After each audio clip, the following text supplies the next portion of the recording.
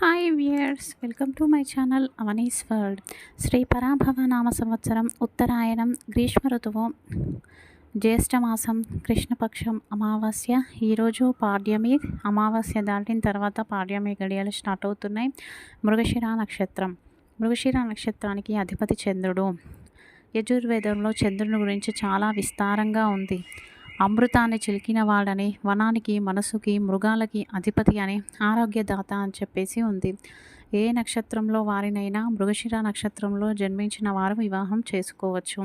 మృగశిర అంటే మృగానికి శిరస్సు లాంటిది అని అర్థం. ఈరోజు మనము చంద్రుని నామాన్ని జపించడం వలన చంద్రబలం పెరుగుతుంది. జన్మజాతకంలో మానసిక ప్రశాంతత, కాన్ఫిడెన్స్ అనేవి వస్తాయి.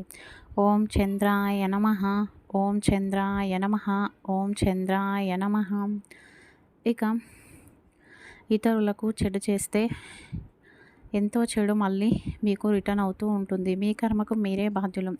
ఎప్పుడు ఒకరి రుణంలో బ్రతకూడదు. దాని వలన మీరు సుఖంగా ఉండలేదు. ఎన్ని ఉన్నా కూడా ఏదో ఒక కొరత ఉంటుంది.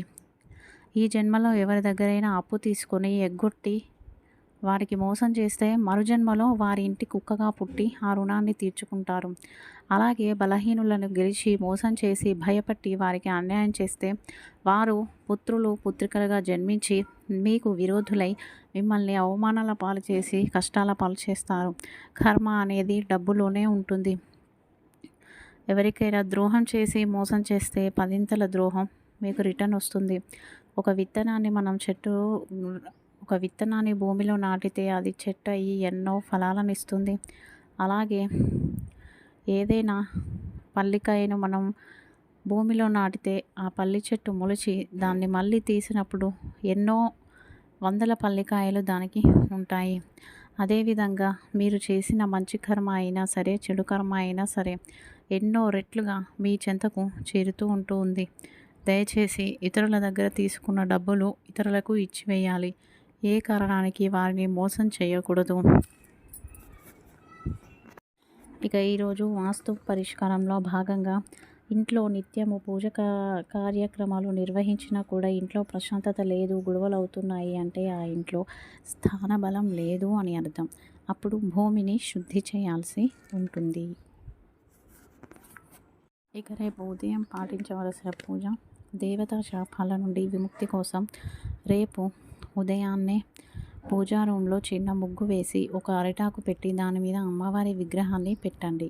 తదుపరి 2 నెయ్యి దీపాలను వెలిగించి దేవీ ఖడ్గమాల పారాయణ చేసి మరమరాలను నైవేద్యంగా సమర్పించండి.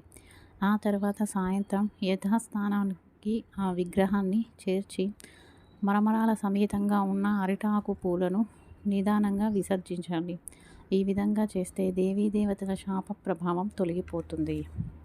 ఇక ఈరోజు సాయంత్రం యోగక్షేమం.